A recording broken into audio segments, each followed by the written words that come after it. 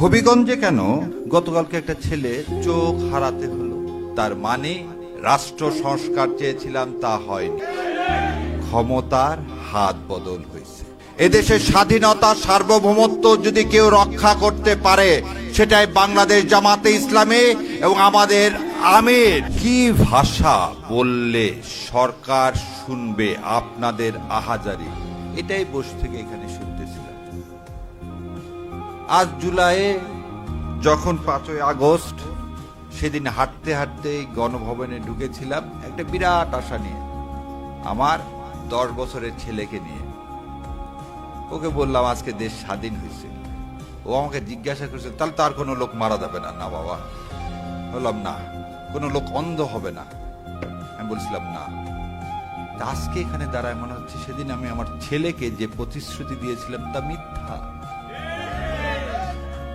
হবিগঞ্জে কেন গতকালকে একটা ছেলে চোখ হারাতে হলো? তার মানে রাষ্ট্র সংস্কার চেয়েছিলাম, তা হয়নি। ক্ষমতার হাত বদল হয়েছে। এটা তো আশা ছিল না 5ই আগস্টের। আজকে মাননীয় প্রধানমন্ত্রীকে একটা কথা বলতে চাই। আপনি যে এই মিডিয়াতে জুলাইয়ের কথা বাদ দেওয়ার জন্য, মুছে ফেলে দেওয়ার জন্য কিছু লোককে অ্যাপয়েন্টমেন্টই করলেন জামাতকে অ্যাসাসিনেট করার জন্য, এতে লাভবান কে হবে? এতে লাভবান হবে আওয়ামী লীগ এবং ইন্ডিয়া। ক্ষতিগ্রস্ত কে হবে? জুলাই। তাহলে আপনি যদি জুলাইকে অন করেন, আপনি সংসদে বলতেছেন সবাই মিলে এই দেশটাকে গড়ব, তাহলে এই আমরা টিভিতে এই চিত্র দেখতেছি কেন? তার মানে আপনার দলের মধ্যেও র বসে আছে, আপনার দলের মধ্যেও র বসে আছে।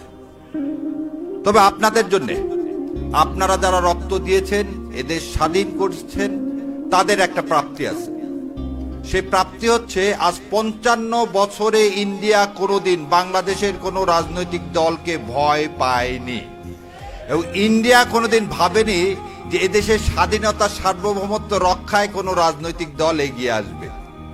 আজকে ভারতের পররাষ্ট্র মন্ত্রণালয় পর্যন্ত বলে যে জামাতে ইসলাম ইন্ডিয়াতে কি করাইছে? আন্দোলন করাইছে। তাহলে এ থেকেই প্রমাণ হয় এদেশের স্বাধীনতা সার্বভৌমত্ব যদি কেউ রক্ষা করতে পারে, সেটাই বাংলাদেশ জামাতে ইসলামী এবং আমাদের আমির ডক্টর শফিকের হাতই হচ্ছে এদেশের বাংলাদেশের মাটিকে যে কোনো শকুনের হাত থেকে রক্ষা করার জন্য যথেষ্ট, ইনশাল্লাহ। আর আমি বিশ্বাস করি এদেশে ওনার কথাতেই বলতে ধানায় পানায় না, বিএনপির এই জুলাই সনদ বাস্তবায়ন না করে, বিচার না করে কোনো উপায় নেই। কিন্তু বিএনপি কি আওয়ামী লীগের মতো পরিণতি ভোগ করবে কিনা, এটা বিএনপির আজকে সিদ্ধান্ত নিতে হবে। আজকে 2 বছর পরও আমরা আর কোনো বিচারের নামে টালবাহানা দেখতে চাই না। জুলাই শহীদদের সাথে কোনো অপমান, অপদস্থ কোথাও আমার জুলাইয়ের এক মা কাঁদবে কেন? এই কান্নার পানিকে আপনি প্রধানমন্ত্রী শুনতে পান না? আজ এতদিন পর বের হলো, কি বের হলো? সাতক্ষীরায় জামাতের নেতাদের ঘর বাড়ি ওপার থেকে ইন্ডিয়ান সৈন্যরা এসে ভেঙে চুরে চুরমার করে দিয়ে গেছে।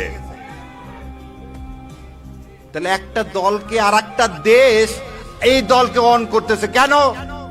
কারণ এই দলটাই হচ্ছে দেশের স্বাধীনতা সার্বভৌমত্ব রক্ষা করার একমাত্র দল, যারা আল্লাহর বিশ্বাস ছাড়া, আল্লাহর সন্তুষ্টি ছাড়া আর কিছু করে না।